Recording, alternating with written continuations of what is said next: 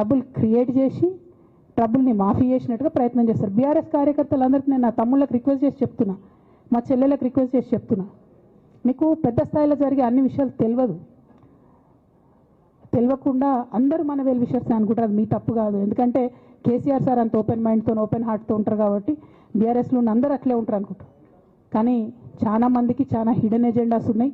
ఒక పక్క కాంగ్రెస్తో కలిసి ఉన్నారు, ఇంకో పక్క బీజేపీతో మాట్లాడుతున్నారు, ఎటు ఎవరితో అవసరమైతే అటు మాట్లాడుతున్నారు. అదేవిధంగా 2018 ఎన్నికలలో హరీష్ రావు గారు 20-25 మంది ఎమ్మెల్యేలకు ఎన్నికలలో అడిషనల్ ఫండింగ్ ఇచ్చారు, పార్టీ ఇచ్చింది కాకుండా. ఏడికేలు వచ్చినాయి హరీష్ రావు గారికి అన్ని డబ్బులు? 100% కాళేశ్వరంలో జరిగిన అవినీతి నుంచి వచ్చిన డబ్బులే. ఆయన ఆలోచన ఏం చేసిందంటే ఏమన్నా కొద్దిగా అటు ఇటు అవుతుందేమో రిజల్ట్, నా దగ్గర ఎమ్మెల్యేస్ ఉండాలని ఆలోచన చేశాను. నీకు అసలు అట్లాంటి ఆలోచన ఎందుకు వచ్చింది? నేను కట్టప్పలాంటోని కేసీఆర్ గారి దగ్గర ఉండేటోని అంటావు కదా, నీకేం అవసరం వచ్చింది ఎమ్మెల్యేస్కి సపరేట్గా ఫండింగ్ ఇవ్వడానికి? ఎవరికి తెలియదు అనుకుంటారా? ఇది ఎవరు చెప్పారు అనుకుంటారా? ప్రతి ఒక్కరు చెప్తారు ఎమ్మెల్యేస్ ఓపెన్. నా పేర్లు కూడా తెలుసు, చెప్తే బాగుండదు, ఎమ్మెల్యేలు ఇబ్బంది పడతారు. నేను అనేది ఏంటంటే 2009లో రామన్న సిరిసిల్ల ఎలక్షన్లో మా బంధువుకు సంబంధించిన వ్యక్తులతోని 60 లక్షల రూపాయలు పంపిన హరీష్ రావు గారు రామన్నను ఓడగొట్టడానికి. నిన్నగాక మొన్న ఒక వీడియో మీరు కూడా చూసి ఒంటేరు ప్రతాప్ రెడ్డి గారిది, మీ మామయ్యను ఓడగొట్టమని ఎంతంటే అంత డబ్బులు ఇస్తా అని చెప్పిర్రని. ఓ పక్క కేసీఆర్ గారిని ఓడగొట్టాలి, ఓ పక్క కేటీఆర్ గారిని ఓడగొట్టాలి. నిజామాబాద్లో నా ఎంపీ సెగ్మెంట్లో అందరు ఎమ్మెల్యేలను మేనేజ్ చేయాలి, అందరిని మన కేసీఆర్ కుటుంబాన్ని ఓడగొట్టాలి, విచ్ఛిన్నం చేయాలి. కానీ కేసీఆర్ గారి పేరుతో వచ్చేటటువంటి బెనిఫిట్స్ మాత్రం అన్నీ కావాలి. మరి ఇటువంటి వారిని నా రిక్వెస్ట్ కేసీఆర్ గారితో కేటీఆర్ గారితో, వారిని మీ పక్కన పెట్టుకొని నిజం మాట్లాడే నన్ను బయటకు పంపితే మరి పార్టీ బాగుంటుందా? దయచేసి ఆలోచన చేసుకోండి. నేనేమంటున్నా రామన్న మిమ్మల్ని అంటే, నా మీద మీకు కోపం ఉండొచ్చు, నా మీద ఏముందో ఎవరేం చెప్పారో నాకు తెలియదు. నేను మాత్రం నా ప్రాణం పోయినా కేసీఆర్ గారికి హాని జరగాలని కానీ కేటీఆర్ గారికి హాని జరగాలని కానీ కోరుకోను. అది నా నైజం కాదు. ఆడపిల్లలకు అట్లుండదు. ఆడపిల్లలు ఇల్లు బాగుండాలనుకుంటారు. నా మనసుకి ఎంత గాయం అయితే, నాకు ఎన్ని అవమానాలు అయితే, నాకెంత ఇన్సల్ట్ అయితే, నా మీద ఎన్ని కుట్రలు జరిగితే నేను ఇట్లా మాట్లాడుతున్నది నా బాధ, ఇది నా ఆవేదన.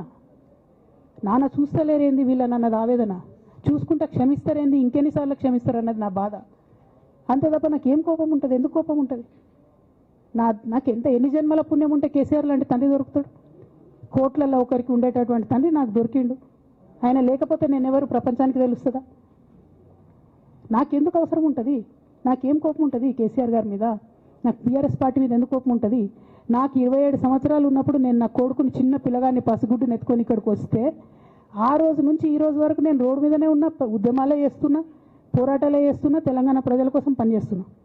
2014 నుంచి అధికారంలో ఉన్నప్పుడు కూడా నా ఇంటి దర్వాజాలు ఎప్పుడు తెలిసే ఉన్నాయి. ఇక్కడున్న మీడియా మిత్రులందరికీ తెలుసు. అధికారంలో ఉన్నా లేకున్నా నేను ఇట్లనే ఉన్నా. అధికారంలో ఉన్నప్పుడు నన్ను ఏమి సాగనీయకుండా నన్ను ప్రతిపక్ష ఎమ్మెల్యేని చూసినట్టు, ప్రతిపక్ష ఎంపీని చూసినట్టు చూసినా నేను ఇట్లనే ఉన్నా, ఓపెన్ మైండ్తోనే ఉన్నా. నేను కోరేది ఒకటే, కేసీఆర్ గారి ఆరోగ్యాన్ని కాపాడండి రామన్న, పార్టీని కాపాడండి, పార్టీలో ఉన్న కార్యకర్తలని కాపాడండి, అందరు బాగుండేలాగా ప్రజా సమస్యలు తీసుకోండి. నాకు అంతకుమించి కావాల్సింది ఏం లేదు.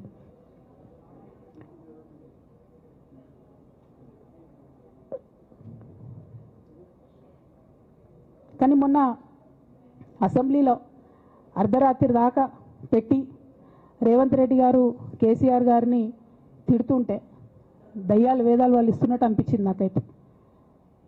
దానికి ఈయన హీరోలాగా ఎదుర్కొన్నాడు, ఈయన 6 అడుగుల బుల్లెట్ అని పార్టీ అంతా ట్వీట్ చేస్తే, మరి 6 అడుగుల బుల్లెట్ ఎవరికి గాయం చేస్తుంది? ఎండ్ ఆఫ్ ద డే ఇవాళ అయితే నన్ను గాయపరిచింది, రేపు రామన్నను గాయపరుస్తారో కేసీఆర్ని గాయపరుస్తారో. జాగ్రత్తగా ఉండండి రామన్న, నేను చెప్పేది ఏం లేదు. జాగ్రత్తగా ఉండండి, కేర్ఫుల్గా ఉండండి. ఎట్ ద సేమ్ టైం ఈ హరీష్ రావు గారి కారణంగా గమ్మత్ ఏముంటుందంటే, ఒకసారి హంపీకి పోతారు వీళ్ళందరూ, మీ అందరికీ తెలుసు ఆ స్టోరీ. హంపీకి పోయి పాటలు పాడుకుంటారు, మొత్తము చాలా మంది కలిసి కేసీఆర్ గారిని చాలా అవమానకరంగా మాట్లాడతారు, ఒక పార్టీని వెన్నుపోటు పడదామని డిజైన్ చేస్తారు. ఇదంతా వీరికి తెలుసు, హరీష్ రావు గారికి తెలుసు.